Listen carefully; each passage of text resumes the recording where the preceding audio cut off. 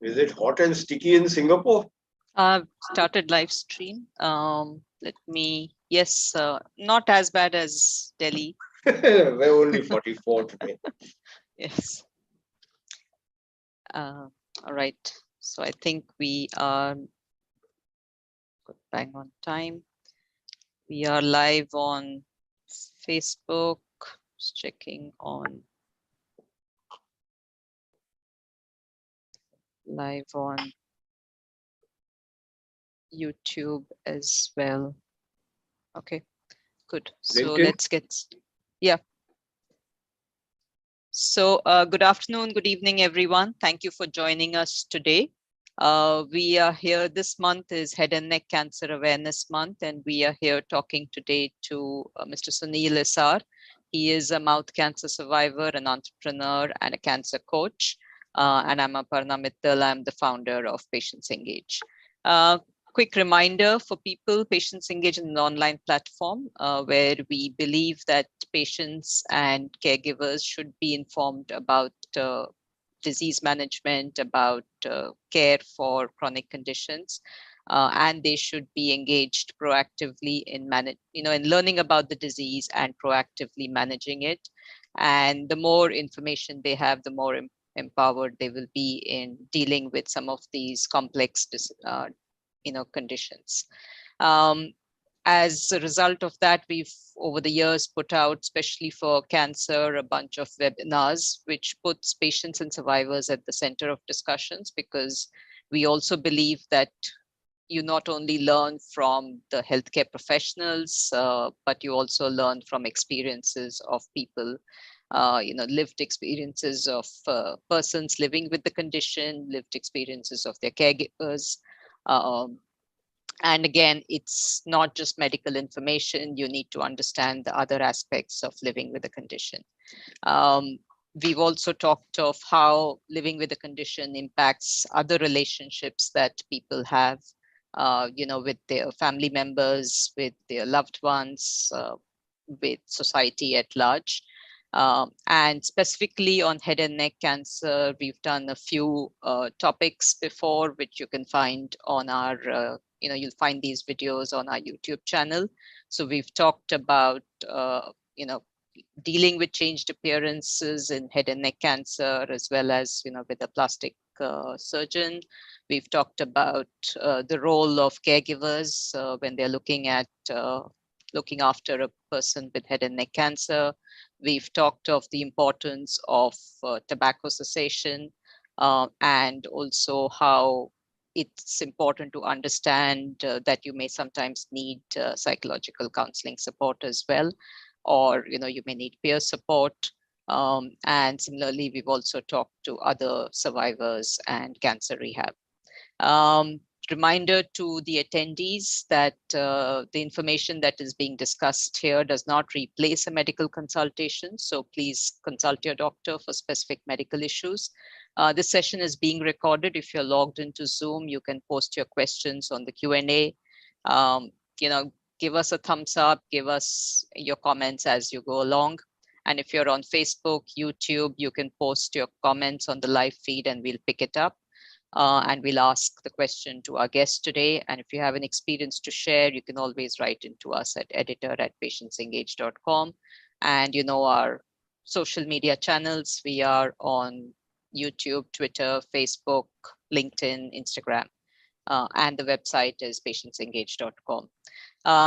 So quickly introducing our guest today. He's a patient advocate, he's an entrepreneur, he's a cancer coach now, he's a mouth cancer survivor, and he will in a short while tell us a little bit more about himself.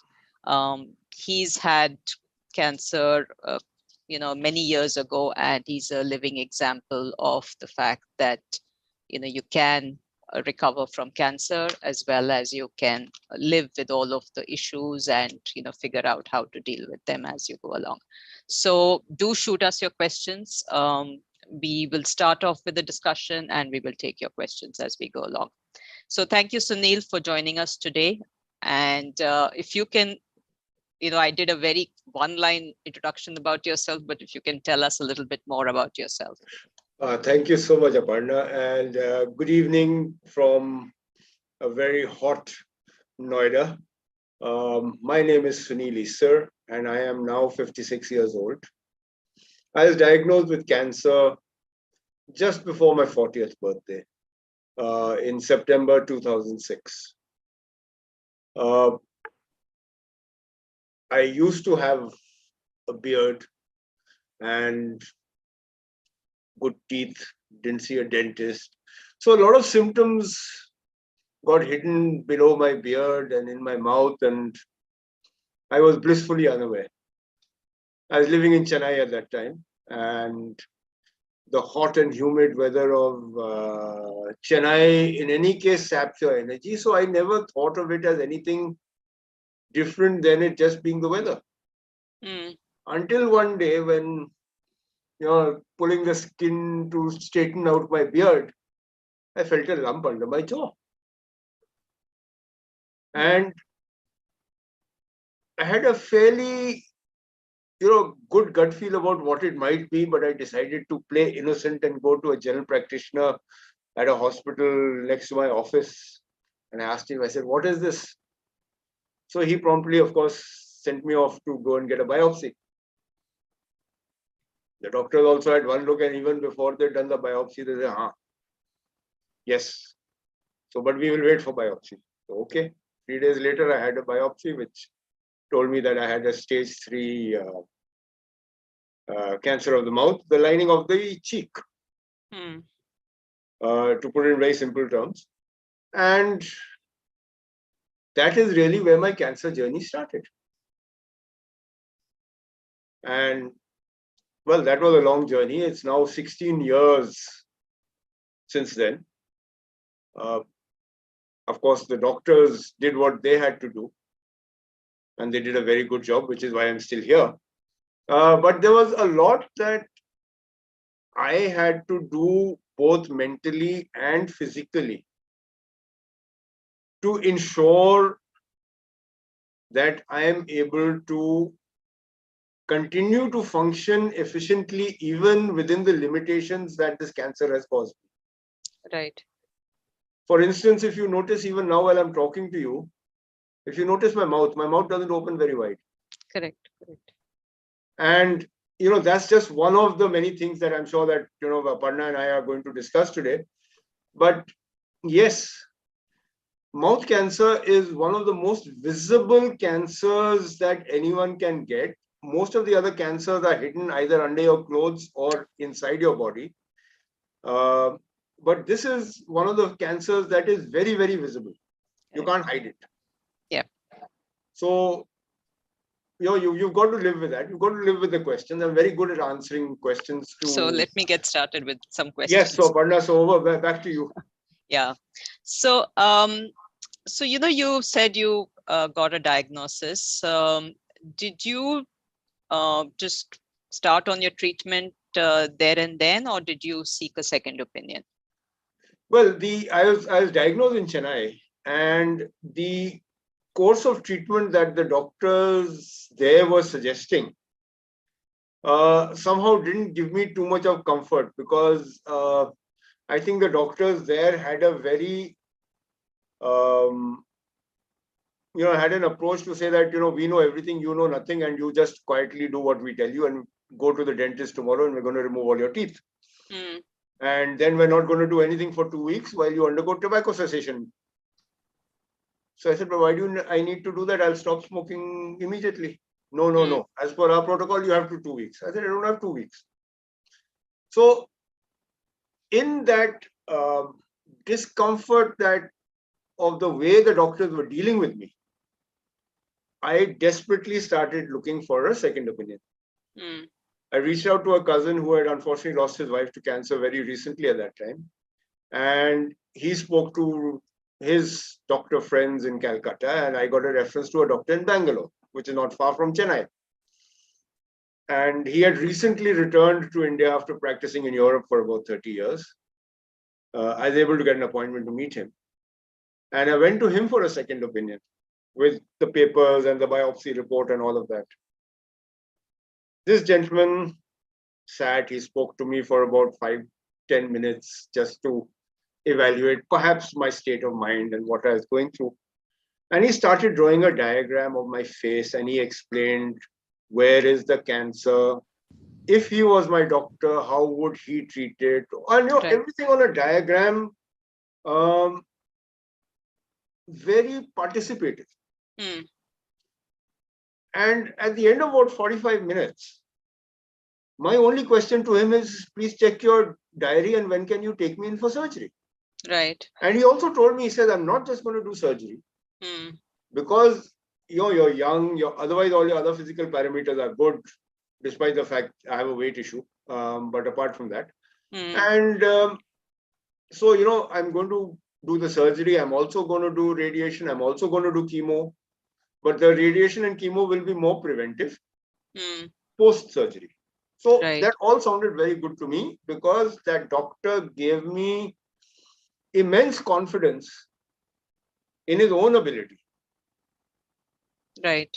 And the fact that it was a hospital that only dealt with cancer. Right.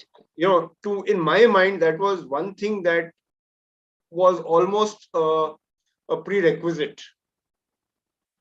Because I was aware that, with cancer, your immune system is compromised. There's a higher risk of, picking up other diseases in a hospital. So I thought a hospital that's only onco actually improves my odds of not getting another some other hospital-related infection. So yes, I was very happy about that. And so I finally had my treatment in Bangalore.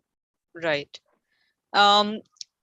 And you talked of surgery. Did that include reconstruction surgery as well? Yes, it was one single surgery of 12.5 hours under anesthesia, where the onco surgeon team removed 14 lymph nodes, just to give you an idea, right up to my right shoulder. Oh. 2 had exceeded the margins. So to be on the safe side, right up to my shoulder, they removed all the lymph nodes along that branch. And then the plastic surgeon team came in the same surgery and reconstructed my face. So I was under anesthesia for 12.5 hours. This incidentally was 5 days before my 40th birthday. So I ended up spending my 40th birthday in the ICU recovering. And yes, so I had one single sitting of surgery where for both to remove the cancer as well as to have the reconstructive surgery done. Right, right. And a graft was taken from my arm. I don't know how. Okay, that's the idea. We can see. You can see here with the blood vessel. Right. So the graft was taken from here to do the inside of my face. The right side of my face is reconstructed. And then a graft from the thigh taken to replace the skin on the arm. I asked the doctor, I said, why do you take it from the arm? So he said that this is the part of the body which has the least fatty tissue. Right, right. The thinnest skin is actually on your forearms. Right. And that is why they take it from there. Because I had a couple of wacky jokes about why don't you take it from my bum and all of that, but the doctor didn't appreciate all of that. Yeah. Right. Yeah. So, I mean, yeah, unfortunately, as a result of the fact that they have to align it, you end up having more sites of surgery, right? So yes. Did that cause any, any issues, any healing issues, etc.? No, I think I healed very well, actually. In as much as with all the surgery, my face post-surgery was twisted entirely to the right. I'd say that the right side of my face was probably about this, at least about 4 inches more expanded than it is now. So, it was a very displaced, unsymmetrical alignment. Right. And, covered in dressing on the face, the arm, right up to the neck. So it was initially caused some discomfort, but I think the 3rd day out of the ICU, the doctor said that now start doing a little walking. the moment I could get both feet on the ground and with the help of my family and the attendants and all, had a little bit of walk, got the blood circulating again. I said, good, surgery is done, successful. Now I have to focus on recovery. Right. And the first thing I did as part of my recovery was I insisted that my Ryle's tube has to be removed. Even though my face inside was, my mouth was completely tender, there was no chance of, food intake from there. But somehow, like being connected to a drip, a Ryle's tube signified to me a certain level of helplessness. Right. Which once I had decided that, I am going to now work completely towards my recovery. It was one of the first things that had to go. And the second was that I'll take my stand with my drip and all with me, but I will go to the toilet. I will not use a bed bath. So even if it took me a lot longer, right, but it was just one of those things that I saw as a way of normalizing my life again. Right. I mean, I still had dressings and sutures and all kinds of stuff, and I couldn't lie down completely because of all the pressure. So even while sleeping, I used to sort of sleep in a semi-horizontal position. And I had to sleep like that even after coming home. Probably for about 6 months, I had like 3 layers of pillows behind me because I just didn't have the strength to lift myself up because of all the sutures in the neck. So, yeah. And did they start the chemo and the radiation right away, or was there some pretty time? Much so. I would say that probably as soon as the dressing sort of came off and the stitches came out, the staples came out, I was ready for radiation, which was basically IMRT. And chemo, and so I had to go and get that mesh wax mask made, so that every day when I went for my IMRT, I'm absolutely in the same position, and they can do that very, very target specific radiation. Radiation, right. And it used to be 5 days of radiation, 7th day chemo. 5 days of radiation, 7 days of chemo. And I think I did 8 cycles like that. So about 40 radiations and 8 chemos. Right, right. All at one stretch. Wow. Okay. And that was chemo over was what, platinum. 3 months? So, and in those days it was a drip. So each chemo session was about 4.5, 5 hours. So going to daycare and. Right. And you did go back to work, right? You were still under 40, yes. Or just turned 40. Did you go back to work after your chemo radiation, or did you go back to work during the treatment itself? When I was diagnosed with cancer, I was working for an American company in Chennai as the Asia Pacific head for infrastructure. I went back to work once I had completed the entire cycle of surgery, chemo, radiation, which was all put together about 3.5 months. Right. So from the time I was diagnosed with cancer till the time I got back to work was about 3.5 months. So September to December, it was early January when I went back to work. And well, I think that was probably more traumatic for my colleagues than it was for me.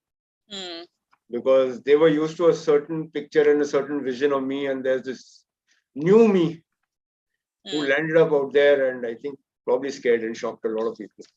Right, right. And how did you handle that? Because for a lot of people, it is tough looking into the mirror after, a head and neck cancer. And then I guess it's, when they start to accept that, the reaction of people also kind of then gets to them. Yeah. So talk about both, what happened when you first looked into the mirror. And well, the once you have accepted or once I had accepted that, okay, this has happened. Now, what I look like, I could not obviously use a razor. So I used to use, now what's very common in those days, a battery shaver on one side of my face, because the other side of my face, in any case, post-radiation, no hair was growing. Till today, every morning when I shave, I actually only need to shave half my face. Because the right side of my face, no hair grows. No hair grows. So when I get up in the morning, I can't decide that today I'm not going to shave because only half my face has stubble. So it looks very funny. So yeah, so coming back to looking in the mirror. The first thing I had to do was accept to myself what I look like. And the fact that I recognize that it will get better. And it's not always going to look like this, but nobody knew what the end result would be. I mean, a stage 3 head and neck cancer in those days, typically the average life expectancy post treatment was 5 years. Right. So, one thought of, okay, fine, what by 2011, I wonder what it will be like. One didn't really think beyond that, because I was conditioned that, okay, if that's the life expectancy, that's the life expectancy. Now, while I was still undergoing the radiation and chemo, I used to drive myself from home to the hospital in Bangalore. So I got back the confidence of being able to drive short distances. People used to stare at me in the streets or even in the hospital. I'd have little kids who'd come up, and either they'll scream or the more curious ones will ask what happened, I'd be quite happy to talk to them and try and explain to them what had happened. A lot of people thought I'd been in a really terrible, road accident. Right. And so the first thing was, oh, very bad accident. How did it happen? I'll say, no, it wasn't an accident, it was cancer. Oh, cancer.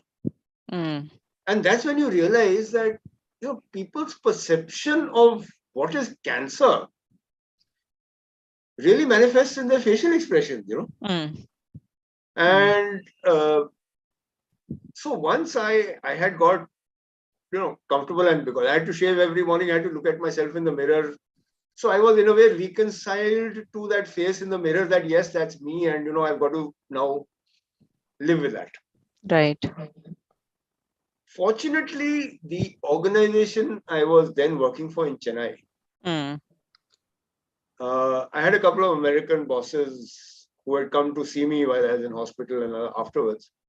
And they had, prior to my coming back to work, sensitized the team that I'm coming back and I don't look like what I used to. Right. So I think that made a huge difference in the acceptability, and people learn to be a little polite and perhaps not, manifest the shock or the revulsion or whatever they felt. And to that extent, it became easier. Right. For a long time, of course, I would only work out of my office. I was still on a very special liquid diet. So, of course, going to the staff canteen and all of that was not much of an option. But I think within 3 months of my joining, I started traveling abroad also again. Even though it didn't look like anything like my passport photograph. Right. But I mean, if I'm going to work, if I have responsibilities and I have to carry them out, then I just have to do it. The only place I had a problem, if I remember correctly, was Bangkok airport, where I stopped and told I don't look like my passport. So I had to explain. But otherwise, I didn't even have an issue there. Though, of course, yes, a lot of people in the airport would stare. Right. And yes, because of the surgery and reconstruction, even on the lip, I tend to dribble a bit on one side. So I'm not the neatest and tidiest of eaters. I mean, I'm okay with it, but it can be a little embarrassing for somebody who doesn't know. So, yes, I did I was generally made very comfortable. But there were those cases where, people would sort of look at me and look away in Right. revulsion. Right. Well, one had to just live with it. Right. So you did that as far as work was concerned. Social gatherings, when did you start going out to, parties with friends or weddings where it is, mix of known and unknown people? Very, And very interesting question, actually. Well, I had friends coming home once I was discharged from hospital, and um, you know, I had friends coming visiting from abroad. So to that extent, yes. And the apartment complex that I was staying in Bangalore, we had a large circle of friends within that. So you could say, in a way, I was gently broken back into social gatherings with friends who were already aware of my situation. Once I'd gone back to work and I was dealing not only with my own colleagues, but with vendors and visitors to the office and foreign clients and all of that, then it didn't really matter after that. And I wasn't going out not because of any apprehensions about my own physical appearance. It was more to do with the limitations of my dietary. right. So I might go register my presence at an event and come away purely because of my dietary requirements at that time, which were still liquid or semi-solid. Right. Right. So that more than my appearance governed where I would go and what I would do. So as far as, let's look at, talk about your dietary and eating restrictions, right? So what did it start with, and where are you at today? Okay. If you can describe that journey as well. I was on, post coming out of the hospital, I was on a liquid diet which mainly constituted soups of various things. Even though my taste buds were almost zero, I had very bad dry mouth. But purely from a nutrition point of view, my wife ensured that my body would not be lacking, even if I couldn't really appreciate. I would know what are the ingredients going into the soup, right, but I wouldn't be able to taste it. Right. And the inside of my mouth was very sensitive. So the idea was to swallow quickly and not leave bits in the mouth, because oral hygiene was a limitation. It was only a bit of gargling with mouthwash and stuff like that, no brush in the mouth or anything like that.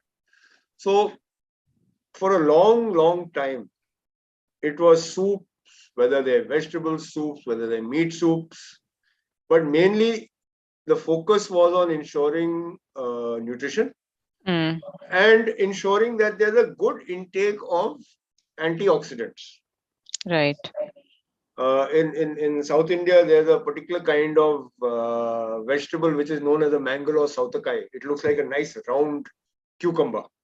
I think it's from the marrow family, which is supposed to have very good antioxidant properties. So that would be boiled and mashed and put into all soups. Right.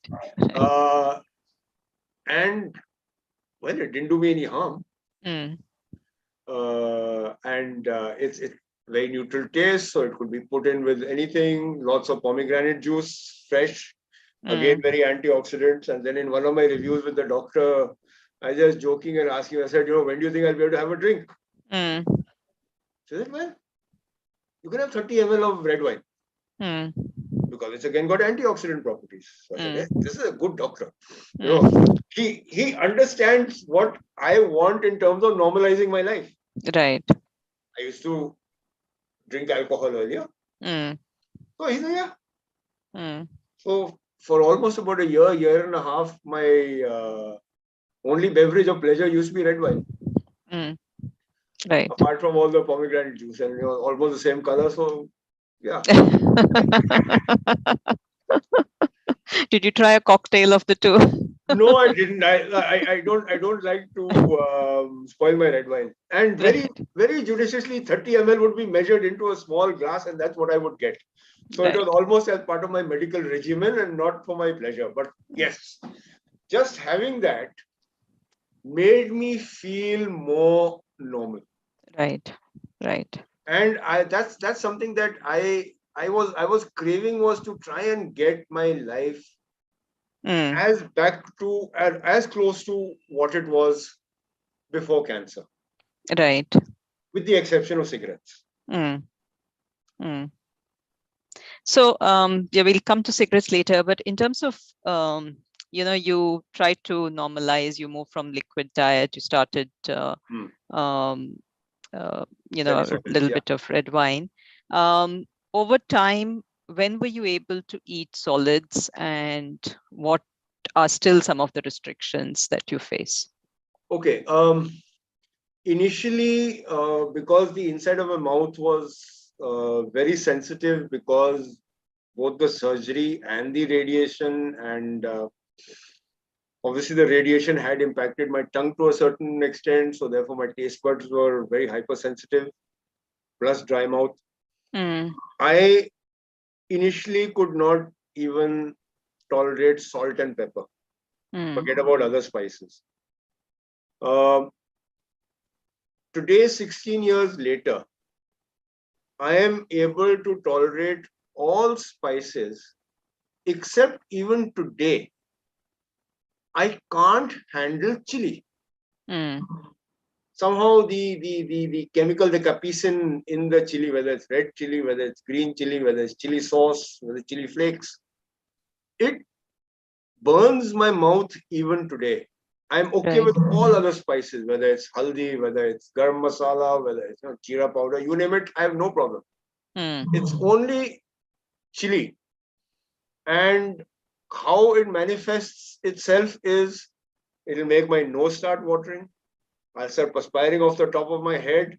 mm, And, you know, it just makes me so uncomfortable. So if I go out, or if I'm eating out or anything like that, I have to give very specific instructions in a restaurant. Say, please ask your chef, make something true. fresh, whatever he wants, Mm, but it shouldn't have chili. right. So today, my restriction, I would say, is chili. And Mm, even now, cooking at home, I try and put minute bits of chili into my food, purely to try and even overcome that. this restriction, Yes, this way, right. it's not really a restriction from a doctor. Mm, It's but more in it's terms your of what my body can tolerate. mm, So otherwise, I eat anything and everything as long as it is soft. right. One of the other issues with all the radiation and all, and which the doctors had told me um, when they started my radiation, was my teeth will be brittle. Mm, And they really didn't know how long I'll be able to retain right. my teeth. Uh, so as a result, I was generally conscious of not eating anything that's very hard, that could lead to breakage of a tooth. Mm, I once, very foolishly, while driving on a long drive, decided to chew chewing gum. mm. And while chewing the chewing gum, it took out two of my teeth. Oh, So when I spat out the chewing gum, two teeth came out as well. And because I can't open my mouth, mm, dentists have a very serious problem in doing any kind of works, especially on the right side, because there's no flex or flexibility in this cheek. right. So while I can inflate my left cheek and I Mm, can stretch the left side, the right side is absolutely atrophied with the surgery. So I can't get a denture made. mm, With great difficulty, I can get a filling filled. right. So I have to be extremely careful with what I'm eating, Mm, just to retain the few teeth that I have left. right. So, this is where one has to be very conscious of your limitations, Mm, of what you can and cannot do. correct. And it's no point being foolish. I mean, if somebody gave me, dry roasted chana to eat, I'll say no. Because I know there's a very high risk that I'll crack another tooth. Right. Which is then irreplaceable. So my teeth are like gold at the moment. The longer I can preserve it, and I mean, I'm sure if I go back to the radiation oncologists who treated me at that time, and I tell them that, I probably still got 15 or 16 teeth in my mouth, they'd probably say that it's very commendable. True. So yeah, so that's where, as far as food goes, I eat anything. Right. I have no dietary restriction from doctors. I'm quite a foodie. Because of my heightened taste buds, I actually do some assignments as a taster for some food companies also. So, as they say, when something closes, something else opens. So yes, so my hypersensitive taste buds do come useful once in a while. Right. So a couple of questions have come in.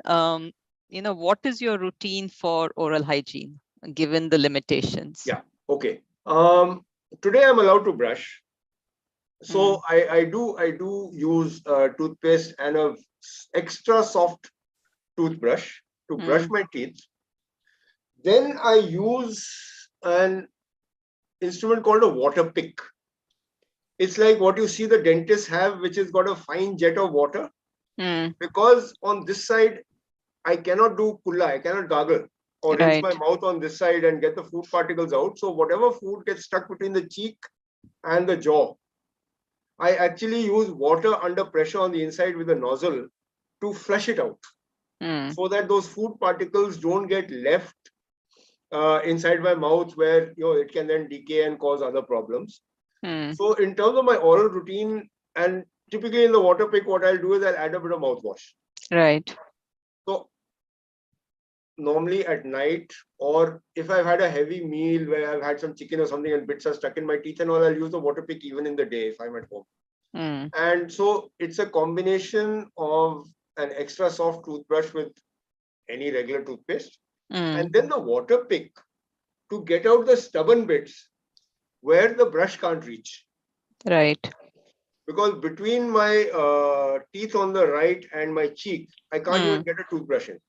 Right. So this fine nozzle with the water works perfectly well for getting out all the food particles. It's called a water pick, WATERPIK, and available with most chemists. Okay, good. Or you can order it online. But it's a very useful thing to have. Right. It's also very good for people who use braces. Right.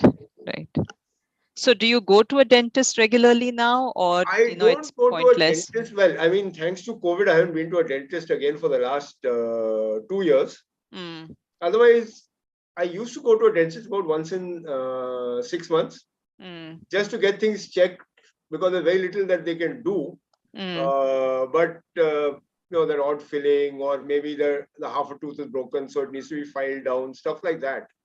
But my advice to everyone, and this is where actually I probably lost out in terms of having my cancer detected earlier. Whether you have a problem or not, it's worthwhile going to a dentist once in 6 months and just having an overall checkup.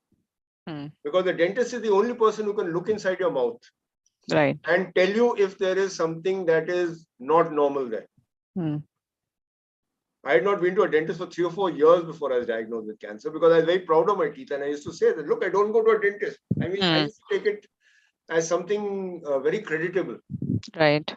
But in hindsight, and when people ask me, what are the learnings from mouth cancer, one of the biggest learnings is make sure you go to a dentist at least once in 6 months and just have a proper checkup.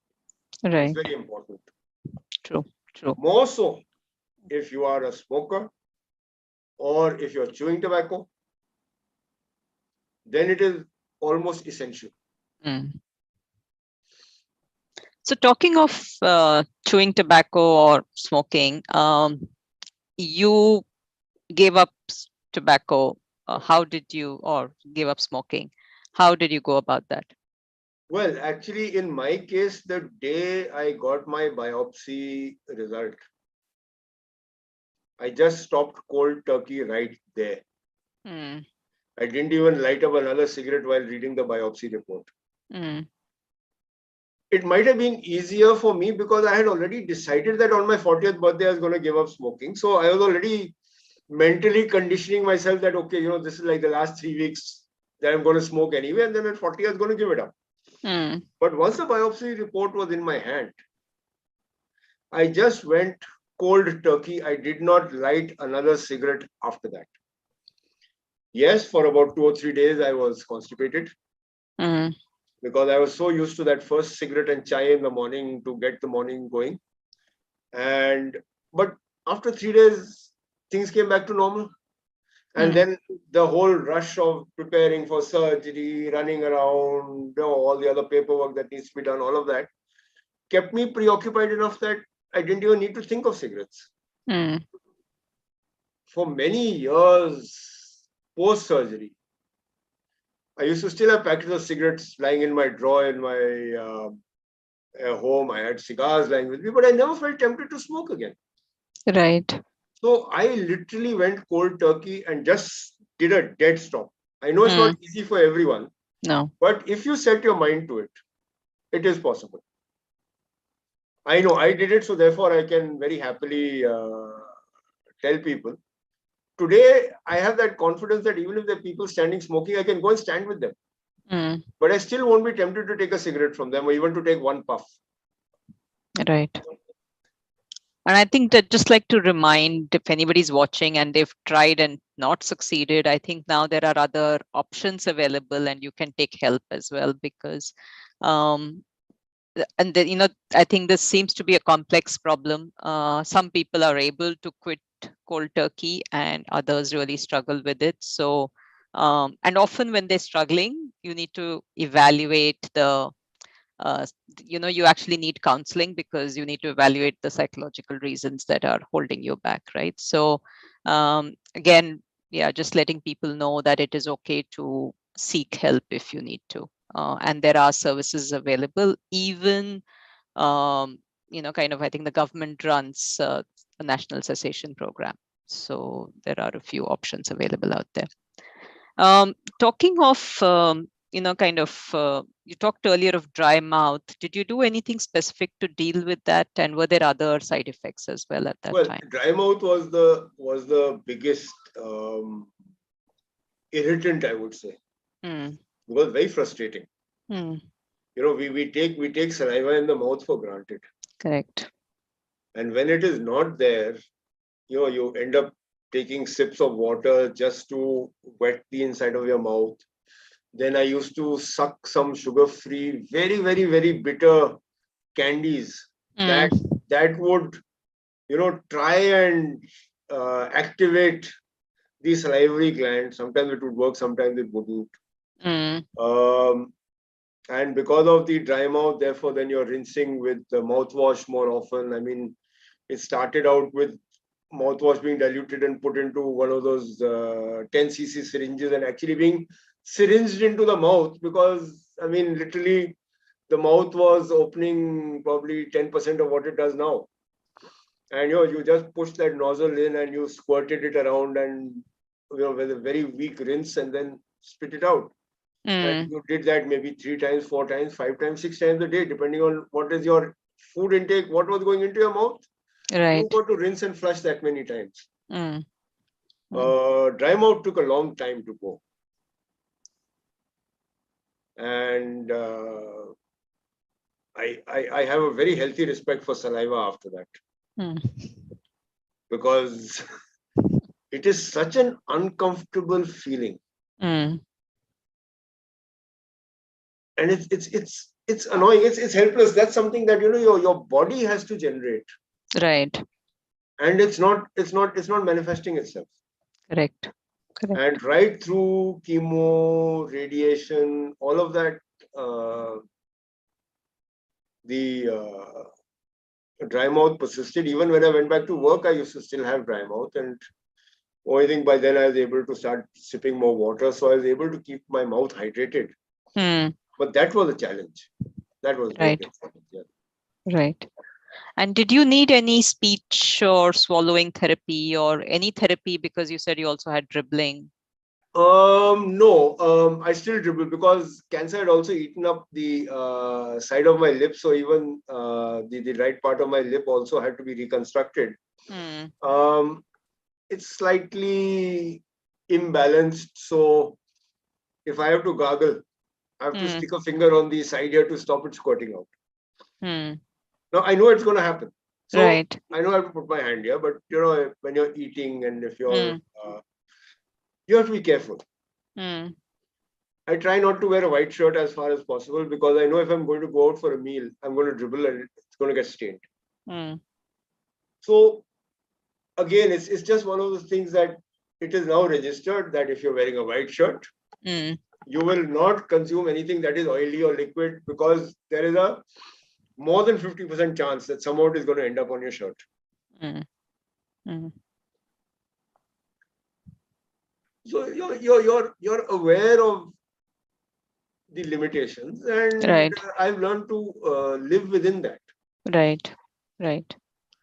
And because you did not, I think you mentioned earlier that because your larynx and pharynx were not Yeah. affected, you didn't need other forms of No, I speech didn't. I therapy didn't and need so any speech therapy.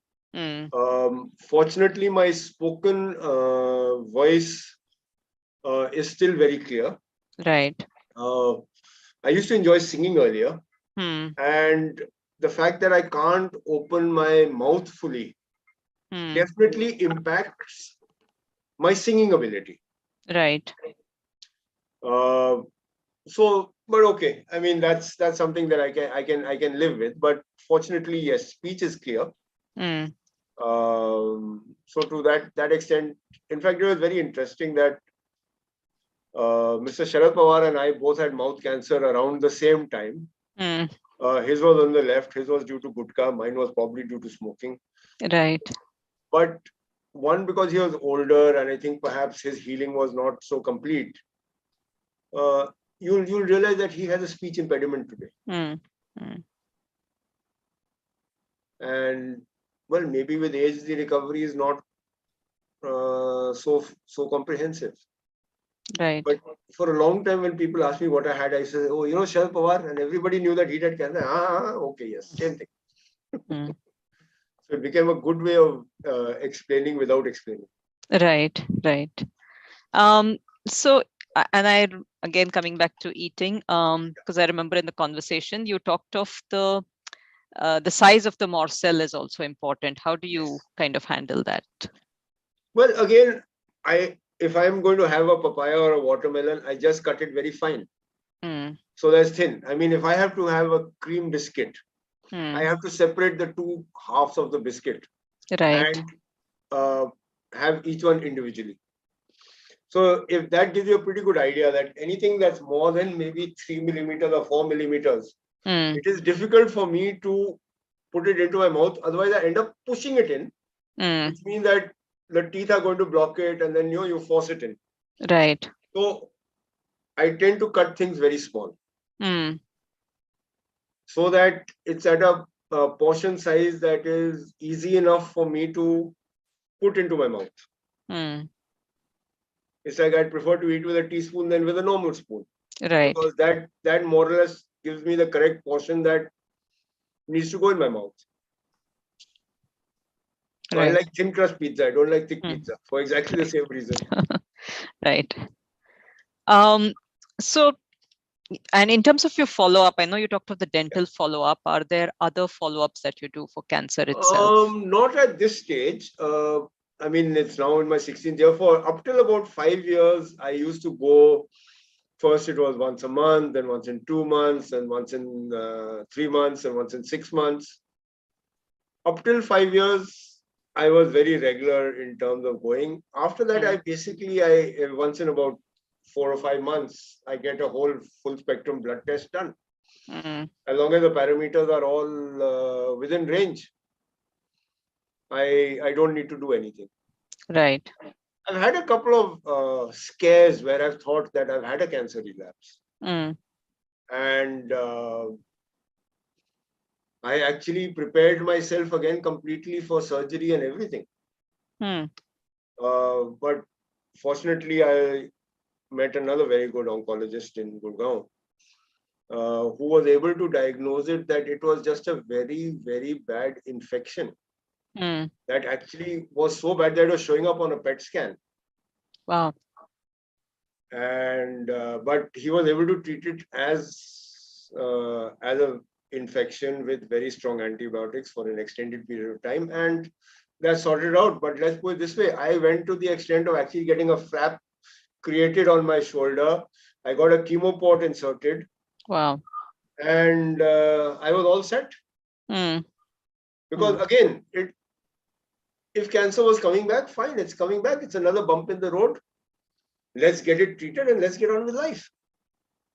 Fortunately, I didn't need to do that. Right. But I was fully prepared that if cancer has come back, and this was 2016, 10 years. So on one hand, I was thinking 10 years is a long time for a relapse. But at the same time, I said, if it's back, and it was the same right side of my face, which again, I got up one morning, it was fully swollen and tried with antihistamines for a day, didn't work, got worse. Went to a hospital because of my history of cancer. They said, get a PET scan flashing blue all over the place. Fortunately, it turned out to be a bad infection. But yes, I was fully prepared that if it was cancer, it has to be combated again. And I just did whatever had to be done. Right. Literally down to getting a chemo port inserted and getting a flap actually created. The surgeons actually created the flap in my shoulder ready to do the next round of surgery. It wasn't required finally, but well. Right. And before we come to the final question, one quick question: do you tell your friends or colleagues, etc., to stop smoking? Yes, I do. In fact, most of my friends, after seeing and knowing my situation, many of them have given up. A few diehard smokers are still there. And I just tell them that, look, you could end up like me. So I'm not a very I'm very happy to share about cancer and how to manage cancer. I don't know if I'm as strong an anti-tobacco advocate as perhaps I should be. But anyone who I see smoking, I tell them what happened to me. Right. And I trust their intelligence for them to make their own conclusions. True. Thanks. So coming back to the fact that, why do you talk about your cancer journey? A lot of times people say, why should we keep regurgitating the old story? It happened so many years ago. And, it's not easy to keep telling it again and again as well. So why do you do it? I think my decision to talk about cancer came about even before I'd undergone surgery. When many of my colleagues and former colleagues heard that I had been diagnosed with cancer, of course, a lot of phone calls came. And one particular former colleague of mine, he called and he started crying that I have cancer. He's crying for me. I'm not crying. And I realized that there is so much of ignorance even amongst educated people. And there's such misconceptions that I would have to do whatever I could to correct that. And that is when, even before I'd had my surgery, I had decided that come what may, I'm going to talk about it. Once I came back to work, a lot of my colleagues were curious what had happened, how did it happen, what was the procedure, what went. Then people would come up and say, actually, I have this relative, or my mother or my father has also had cancer. Because then they felt that they could confide and talk to me since I Right. had been on this journey myself. Right. So I started informally talking to patients, talking to families, giving them my own, in a way you could say as a living testimony. Mm. And this is even before the 5 years were over. Mm. Then while working with the Birlas, I actually qualified as an executive coach, Mm. doing coaching and mentoring in a professional environment. Right. I started using that as part of my cancer story. Mm. Still very informal and unstructured. Right. Then, of course, I came across Vijay Bhatt and Cancer Awakens Mm. and found that we were absolutely in sync in terms of having a properly formulated process working both for patients as well as for caregivers and families. And I became part of their network, and that's been very, very rewarding professionally and very satisfying, because today people are looking for something that's in that structure. Right. So a structured counseling today, especially amongst professionals who are used to that in their normal working life, Right. it becomes easier for them to accept. Mm. So that's why I am always available Mm. to talk about anything that I have gone through. Happy to answer any questions at any time, Right. based on whatever experiences I have. And I always look at it that what I am doing is perhaps supplementing what the doctors do, because most good doctors are too hard pressed for time to really get into this non medical nitty gritty of adjusting to life post cancer. Right. So I see myself as actually an add on Mm. to all the good work that they do. Right. So I'm very happy to talk about my cancer journey at any time. Right. Right. Great. I think this has been excellent. We've had a few questions and we've taken them. And I think it's always important it's always, as you said, it is important for people to talk about their experiences and to, dispel the fears that are out there as well. And the fact that increasingly, people survive and live well after cancer, and it's no more a death sentence. So I think we definitely need to have more and more people talking about it. And I really appreciate the forerunners on this who have talked about their experience and shared, with no hesitations and no holds barred about their experience. So thank you, Sunil, and thank you to our audience. And I think if you ever need to connect with Sunil, let us know. We will put you in touch. And he has always been willing to talk about his journey, and he brings a lot of value in terms of how you can advocate for yourself as a patient, or for a family member who's going through cancer. So do reach out and do share this with people who may be struggling to deal with cancer. Thank you, Sunil, and thank you everyone for your time. Thank you, Aparna. Thank you to all the viewers, both today and who will be viewing it in the future. Any questions, routed through Aparna, I'll be very happy to answer them. Thank you.